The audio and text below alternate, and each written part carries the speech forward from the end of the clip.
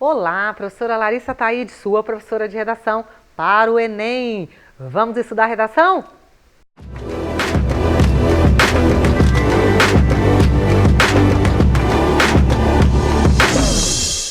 Um outro aspecto muito importante é a questão da exposição e da não dissertação. O Alara, eu não entendi. Peraí, olha só, nós estamos falando de aspectos que podem ferrar a sua redação, tá?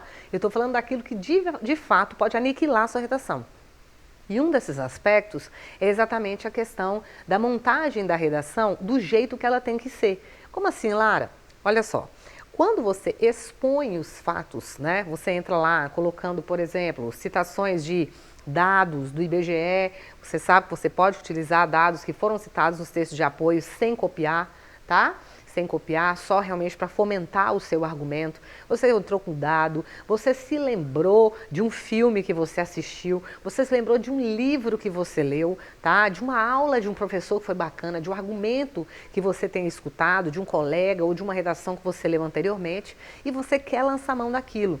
Não tem problema nenhum, porque isso é repertório sociocultural. A grande questão é como isso será colocado dentro da sua redação. Se você começa a colocar simplesmente tudo o que você sabe, elencando, tá? Tudo o que é conhecido, você não está dissertando. Porque dissertar, na verdade, tem a ver com a questão de convencer. Eu preciso convencer, tá? Eu primeiro me posiciono, coloco ali o meu posicionamento na tese, no primeiro parágrafo, tá? Da minha redação. E depois, eu então tenho que começar a mostrar por que eu assumi aquela posição da tese e não outra posição. Se na minha tese eu digo que eu concordo com a situação, os meus argumentos têm que ser coerentes com a posição de quem está de acordo. Se a minha tese é algo que traz, por exemplo, uma crítica àquele tema de redação, é claro que os meus argumentos têm que ser coerentes com o que nós chamamos de crítica, tá? Também. Então, veja bem, um grande detalhe é você não simplesmente expor os dados, expor ideias, tá? Às vezes o aluno estuda um monte de citação sociológica, um monte de citação filosófica, um monte de citação histórica, mas não faz com que essas citações se conectem aos argumentos deles. Quando você não faz a citação se conectar ao seu argumento, o que acontece? Seu texto fica um texto expositivo e deixa de ser o texto dissertativo. Dissertar dá trabalho. Dissertar, você tem que suar a camisa, tá? Dá trabalho. Eu tenho que usar estratégias de argumentação. Eu tenho que criar um exemplo, eu tenho que criar uma comparação, tá? Quando eu fizer a citação, eu tenho que mostrar que aquela citação, ela vai confirmar o meu posicionamento, apesar de poder também fazer a citação por negação, tá?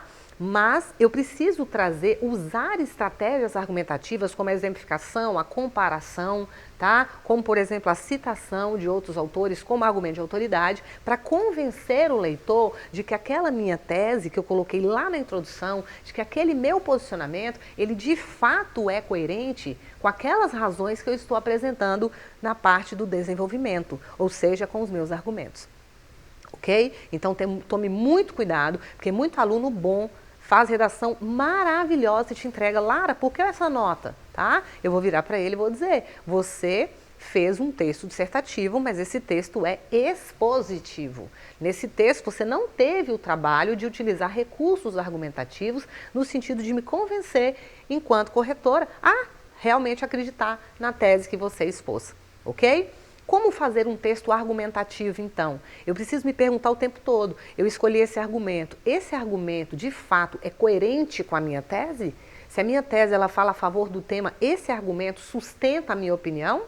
Tá? Eu vou criar um segundo argumento. Esse segundo argumento de fato sustenta a minha tese? Tá? Eu tenho que me perguntar isso realmente o tempo inteiro, porque eu corro um risco de utilizar bons argumentos, mas bons argumentos que na minha redação não se conectam à tese que eu apresentei. Então é muito importante que você saiba selecionar aquilo que de fato vai ser importante para a sua redação.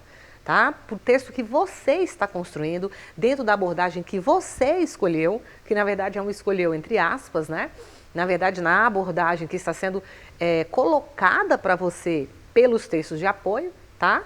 E você não pode se esquecer então de ter o trabalho de utilizar exemplificação, comparação, citação de dado estatístico, mas que comprove um posicionamento argumentativo, tá certo? Ou então que seja contrário àquele posicionamento, mas que você saiba fazer o que nós chamamos de contra-argumento, ok? Você precisa usar as estratégias certas, tá? Uma outra estratégia que a gente utiliza também é mostrar, por exemplo, em relação ao argumento que você apresentou, qual é a consequência daquele argumento dentro da sociedade de hoje, por exemplo, tá?